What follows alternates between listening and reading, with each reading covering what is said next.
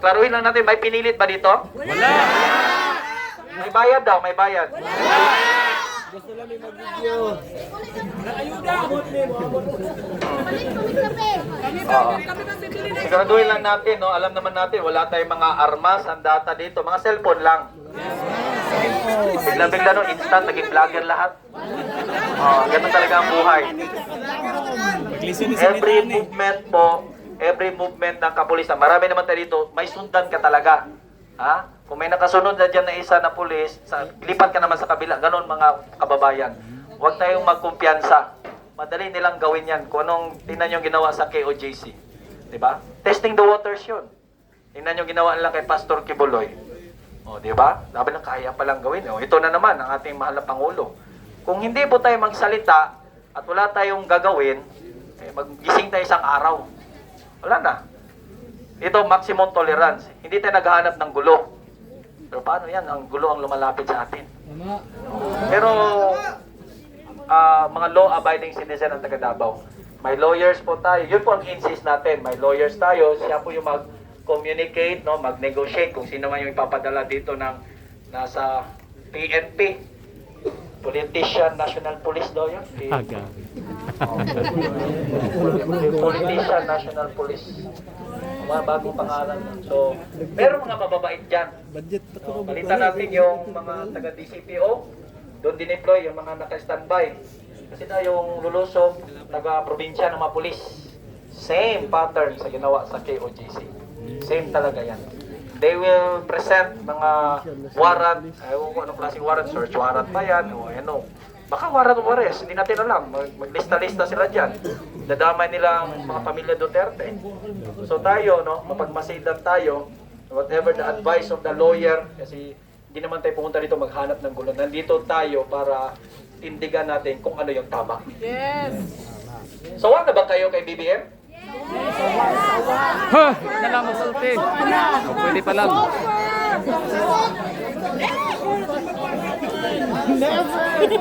Ayan po mga kababayan, no? So yung iba natin ng mga kababayan na magpahinga, kasi alam natin no, kanina pa tayo dito, hindi natin alam, ngayon ba, mamaya ba, bukas ba, sa Bakalawa. Ayan po, kung dadaan kayo dito sa kampo ng Katitipan, naka-lockdown po sila, sarado po. Same sa ginawa nila sa KOJC. Pattern yan. Mga ganun yung gagawin nila. So tayo dito, klaruhin lang natin, ayaw natin ng gulo. Gusto natin ilagay sa tama. Due process, di ba? Ilang beses na tayo na nalinlang at nabudol dyan. Ngayon, hindi natin magpabudol. Dito tayo ngayon. That's why all cameras ready po yan. Lahat po na pwede maka-live, i-live po ninyo. Lahat po na pwede maka-record, i-record po ninyo mga kababayan. Para marinig sa buong Pilipinas at sa buong mundo. Ano yan, BBM? Pisok! BBM Pisok! BBM Pisok! BBM Pisok! BBM Pisok! BBM Pisok! BBM Pisok! Iba talaga pag magalit ang mga dabawin nyo. Sinagad tayo eh. Nasagad tayo eh. Papayapa tayo dito, pilit tayong ginugulo. Hindi na lang alam, pag manindigan ang mga dabawin nyo, titindigan natin yan. Alam mo, pag nasa katotohanan ka, hindi ka matatakot. Ay, ano bang gawin nila kasi alam mo na nakatindig ka sa katotohanan. Wala tayong ginawang masama dito. Ito ay pure pagmamahal. Pagmamahal sa bayan, pagmamahal sa ating syudad na inalagaan ng ating mahal na Pangulo for how many years, pagmamahal at suporta din to sa kanya at yung ICC. Yan ang mamahan. Naintindihan natin no, yung mga sentimento natin dyan, mga kababayan. At mag-ingat din, maging mapagmasid. Baka nasingitan tayo dito kasi pwede silang gumamit ng mga NPA. Alam niyo ba yan? Pwede. Hahaluan tayo dito at maghasik ng gulo para may reason sila. Ganun yun. Same sa ginawa nila sa KOJC. Same pattern lang yan. So mapagmatyag, baka yung katabi mo, hindi na yan totoo talaga na supporter, naka-supporter yan. Tingnan mo muna yung katabi natin. Tingnan. Yan, siguraduhin talaga. You never know. Kasi tingnan nyo, you never know. Alam nyo yung past presidents, past administration, lahat nasa kalsada. Anong sinisigaw, di ba? Diktador, tuta, mga ganon, BBM, pasista. May nakita kayong ganyan? Ngayon, wala na. Wala na. Saan na sila ngayon? Nasa Kongreso. NPA na namamahala dito sa Pilipinas. Ganyan yan. Kung wala tayong gagawin, kaya gagamitin din nila yan. Yung sa KOGC, dinadamitan nila mga rebelde, mga preso. Dadamitan nila yan ng pulis. Ganon yun. And then, ang gagawin nila, makinig tayo, ang gagawin nila, no, sila yung mag-ignite sa atin. I-ignite tayo na tayo yung lalaban. Ganon yun. Para may reason sila. Sa atin, mahinahon lang, kalma lang. Pero alam ko, pag magdatingan na yan, mga kapatid, baka mawala ka na sa one way kasi magalit ka talaga. Pero as much as possible, maximum tolerance. Let the lawyers negotiate. At wag muna natin papasukin hanggat hindi mag-go signal ang lawyer. Ganun po yan. Bahala na nung gawin sa atin. Kasi gusto natin ma-check yung dokumento nila. Pag sinabing search warrant, isi-search nila, no? Particular kung ano yung isi-search nila. Nakasulat dyan eh. Kung ano yung isi-search. Hindi lang, pataka lang sila search niya kahit ano na lang. Hindi po ganun. Baka magkampo naman sila dyan sa loob ng bahay. Kagaya sa ginawa nila dun sa KOGC. Sasamahan natin sila. So ganun lang po mga kababayan. So take as much rest as you can, no?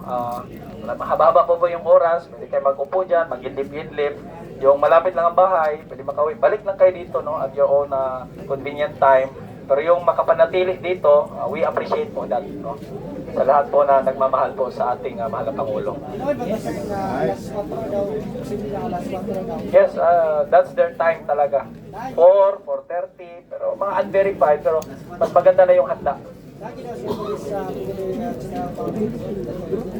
Kung nandito ba si Tori, mahilig naman yung papaepan. Nandito talaga yan. Sa malak ko daw, sa atong nakakuha niya balita ko, na kalanding na daw din sa Davao. Ayaw, pupunta siya. Sir, question lang. Asan yun ibalaan maong balita nga 4 a.m. i-serve ang search warrant bariya sa balay ni Duterte? Meron din tayong mga puting ahas, nagkaaligid-aligid. So, alam natin ang mga informasyon. Verified, unverified, mas maganda rin maingat. Ganun lang po, no? Whether they will come, tutuloy nila alas 4, 4:30, mas maganda na po yung handa po tayo mga kababayan. Again, hindi tayo naghahanap ng gulo, nandito tayo, susuporta po tayo. We will abide what our lawyers, no? May lawyer po talaga tayo dito na naka-standby at sa lahat po ng locations kasi target nila simultaneous kagaya sa ginawa nila sa KOGC different locations po. Mga properties po ng ating mga Pangulo, sa kanyang mga pamilya, mga anak. May mga tao din po tayo doon na nagbantay po. Grabe, lahat na lang pinagbintangan mo kay Tore ba? Grabe ka talaga.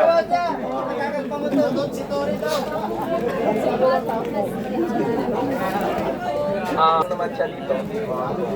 Kasi isa siya sa mga councils din na nag-volunteer. I think so. Kasi pumunta siya dito kanina. Bigyan natin sila ng space, no, na makagalaw sila, makapag-isip kasi hindi po basta-basta yung nararamdaman nila at this very moment.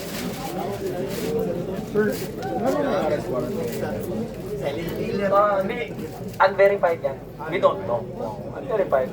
Alam mo naman, lahat pwede nilang gawin. Lahat pwede nilang gawin. No? Kagaya nga sa ating mahal na Pangulo. No? At first, walang warrant. At first, puro puwersado. Kasi kita niyo mga kababayan, halos wala ng batas na tutupad. Sila na daw yung batas. Kung anong sasabihin nila, anong implement nila, yun na daw yun. Wala. Paano tayo ngayon, mga ordinaryong tao, ordinaryong mamamayan? Kaya ngayon, makita na yung bagsik talaga, no, sa mga ordinaryong tao na kagaya natin. Ito talaga, no, very organic, hindi hinapot, walang ayuda. Bakit pumunta dito? Ito, puro pagmamahal talaga. Yes. Sa ating ama ng bayan. Yes. Hopefully na mayroon naman din doon mga lagusan siguro, binabantayan naman natin yan. Sige mga kababayan, no, relax, chill, at habang nandyan, manalangin. Tayo tinadalangin. Yes po. Pwede pa emphasize pag-usap, pag-explain palihog sa katong dili ta dapat maximum tolerance. Yes og, po. og ngano para makabalo sa mga nag-video Yes kita. po. Ulitin natin. Alam ko, grabe yung galit, no? Lalo na pag makakita siguro tayo kay, sino ba yung pangalan no? Diwata. Oh. Tsaka, some of the policemen, no, sumusunod lang talaga yan sila no, sa utos. Pero pangit, no? Kahit alam mo, mali ang utos, susundin mo pa. Di ba? Wala kang paninindigan, wala kang prinsipyo. Umarin mo yung uniforme mo kasi wala kang credibilidad. So Diba? kailangan We are paying you with the taxes of the people. Tapos hindi mo kami kayang, di ba? Ipaglaban, protektahan. Kami yung totoong tao dito na inaapi tapos nagpapagamit kayo sa politiko. So mga kababayan, manatili tayo mahinahon, manatili po tayo na mapagmasid, no? Yes, we will abide, no, sa batas. As I said, meron pong lawyers po dito, no, at let him negotiate kung may darating man. Tapos tayo, hindi lang natin sila papasukin, not unless mag-go signal po yung lawyer po natin. Okay. So, wala pong tawag nito? Wala pong as much as possible, wala po tayong mga armas dito. Yes. Wala mga patalim. Wala po. Puro cellphone po yung nandito. Every movement po nila, kunan po natin. No, at yung i-allow lang po na papasok sa loob, kailangan meron din po. Tapos may mga official naman po na mag-appoint. Yung lawyers na kung sino lang pong allowed, yung susundan natin. We never know, baka pala magtanim. Hindi natin alam. Mahirap na magtiwala. Maraming beses na po tayo nabudol. No? So, magpakatanga pa ba tayo hanggang ngayon? Then, baka lingon-lingon kayo. Kung may spot po kayo na drone, call the attention of everybody. Sana yan sumud yan. Na pupunta na yan sila, mga kababayan. Okay? So, wala po tayong kape. Baka may mga makapag-donate ng kape. Bayanihan na lang po tayo, no? Anything that you can offer, mayroon naman pong mga biscuits dito, candies, no? To keep us awake, no? Until mamaya, open po tayo, no? Anything po. Dito lang, may mesa naman po dito. Kumbaga, whatever you can contribute na lang po. Yung presensya nyo po, malaking contribution na po yan. Maraming salamat. So, yun know. Uulitin ko ulit yung sinabi ni Sir kanina ha, na just in case pupunta kayo dito sa location and just in case ba na makita nyo sa for example, General Torre or yung mga kapulisan. So, yun po yung panawagan ho natin lagi ha, na maximum tolerance ho tayo. Huwag tayong magpapakita, basta maximum tolerance, alam nyo na ibig sabihin nun. Kasi, pwede kasing gamitin nila yun, rason, no? Pwede siyang gamitin sa reason, no? Para pwedeng mag-martial law, pwede tayong basta maximum tolerance. Kumbaga yung natin dito pinaka purpose, presensya lang talaga siya, dagdag sa crowd para kahit paano mag-aalangan sila no na gagawin yung mga bagay na hindi talaga dapat gawin. No? So yun lang no. So sa mga nakapanood nito na taga Davao dito lang. So I invited you. Punta kayo dito. Welcome kayo dito sa sa bahay ni Tatay Digong. Puntahan natin to dito at dagdag sa crowd. Basta yun lang, maximum tolerance ha. Wag tayong mapadala sa init ng ulo. Which is sabi nga ni Sir kanina, naiintindihan natin yun. Kung saan tayo nang galing, anong pinaghuhugutan natin, bakit gano'n na tayo ka gigil no sa kay General Torre at saka yung mga tropa. So punta kayo dito, Doña Luisa. Tapos yun, malapit lang ha. Basta ang pinaka landmark nito is SM Ecoland. So, yun ang expected nila dito. As expected lang ha. So, alas 4. Which is, alam naman talaga natin ng ngalawan nila.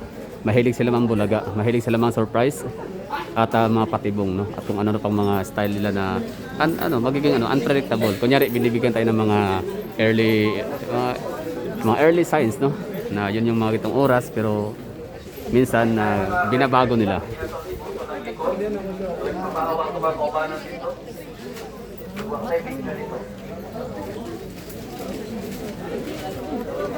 Yung sa likod, basig na yung riders niya, kadalikyat dito. Naman tayo mga ubanan pero ipapahawa sila.